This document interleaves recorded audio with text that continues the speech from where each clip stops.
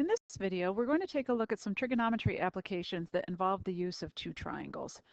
Like all of the other trig videos, you will need your calculator, so if you don't have it handy, let's pause the video and go retrieve your calculator right now. In this first question, we have a firefighter on the ground who sees a fire break through a window. It talks about the angle of elevation up to the windowsill being 32 degrees and the angle of elevation up to the top of the building being 40 degrees. It tells us that the firefighter is 72 feet away from the building, and it wants to know what is the distance from the roof to the windowsill. And then it goes on to explain that it wants us to round our answer to the nearest tenth of a foot. So this distance from the roof to the windowsill, in my picture, that distance can be represented by the red line segment. I'm going to call that D. Just like we've been doing throughout this unit, I'm going to work with only triangles that are right triangles. So if I look at that picture that surrounds the firefighter and the building, I see a few different triangles, but I'm really going to need to focus in on and utilize the triangles that are right triangles. So I see one right triangle right there that's blue. I see a second right triangle there that's green. And since they overlap each other, what I'm going to do is I'm going to take and I'm going to separate the two triangles. So I've got the little guy here that's green and the larger of the two that's blue. So I've really kind of taken windows out of the picture, I've taken firefighters, I've taken a whole bunch of trees out, and I really want to focus in on those triangles. The right angles in each of those triangles are down in the bottom right-hand corner. The other angle that we know in the green triangles, this angle that measures 32 degrees, and the angle that we know in the blue triangle is this angle whose measure is 40 degrees.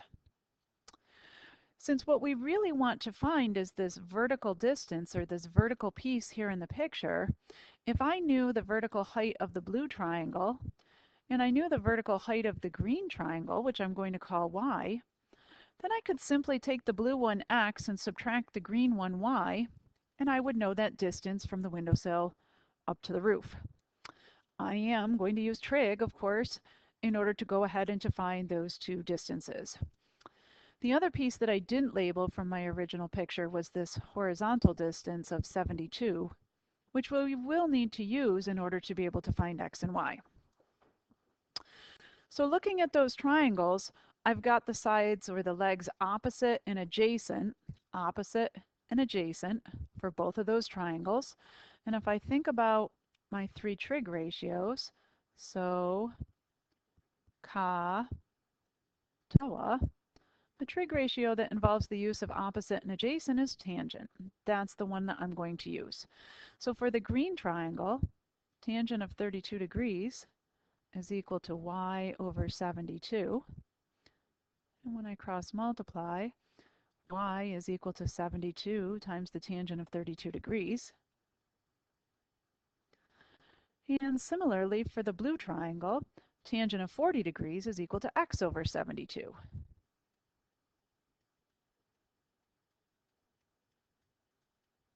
Or in other words, when I cross multiply the blue proportion, x is equal to 72 times tangent of 40 degrees. And we already said that d, my distance from the roof to the windowsill, was going to be the difference between x and y. So the larger of those two values is x. I want to subtract from that the smaller of the two values, y. Or in other words, I'm going to replace now x with my 72 times tangent of 40 degrees, subtract replacing y with the 72 times tangent of 32 degrees.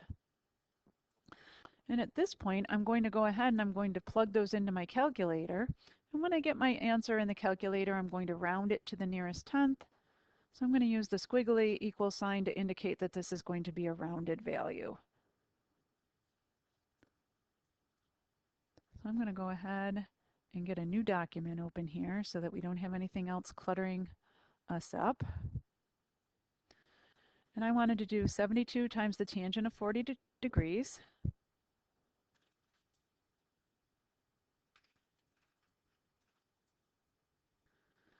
And from that, I wanted to subtract 72 times the tangent of 32 degrees.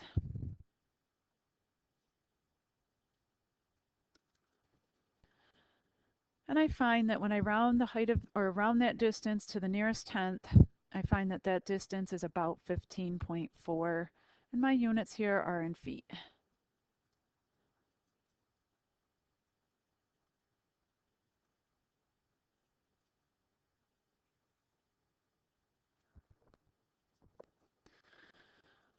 All right, so this is very similar to what we have been doing, except that in the past we've only worked with one triangle, and now we're applying that same knowledge, those same skills, to working with two triangles. Let's go take a look at what another example might look like. Why don't you go ahead, pause the video, and read through example 2 and really get a good handle on what's going on in example 2.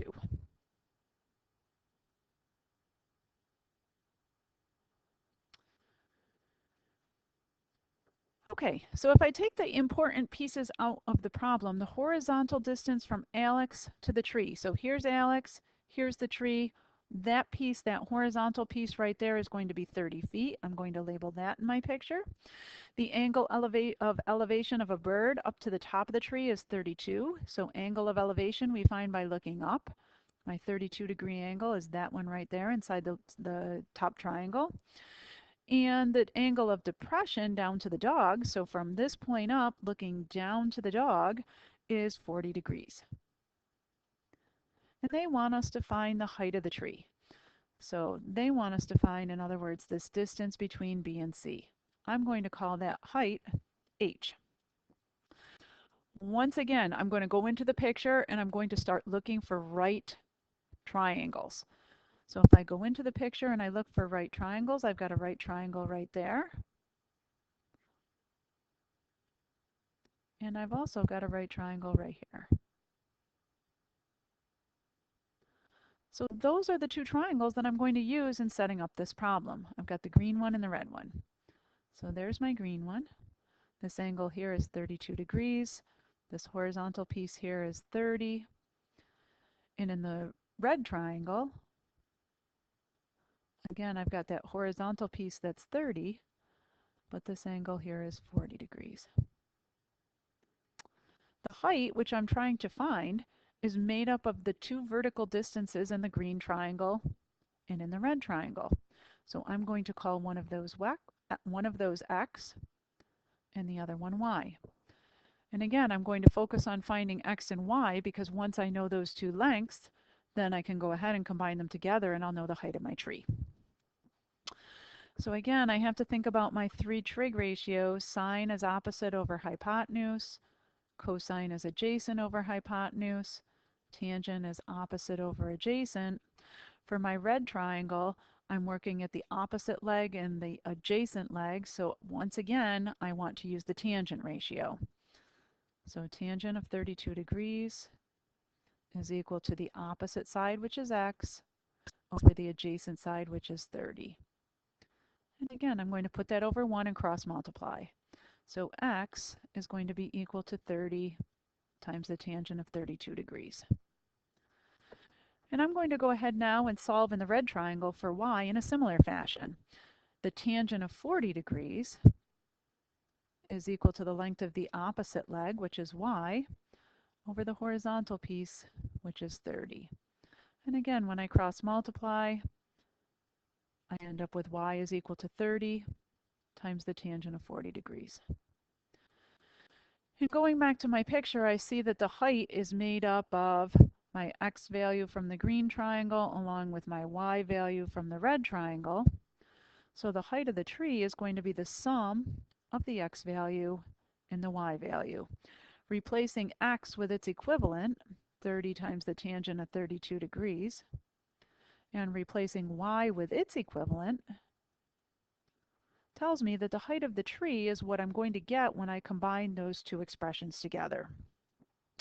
So once again, I'm going to go ahead and head back to my calculator. You will want to grab your calculator also and substitute these two numbers in just to make sure that you understand what it is and how you're supposed to enter the numbers in the calculator. So I've got 30 times the tangent of 32 degrees. And to that, I want to add this time 30 times the tangent of 40 degrees.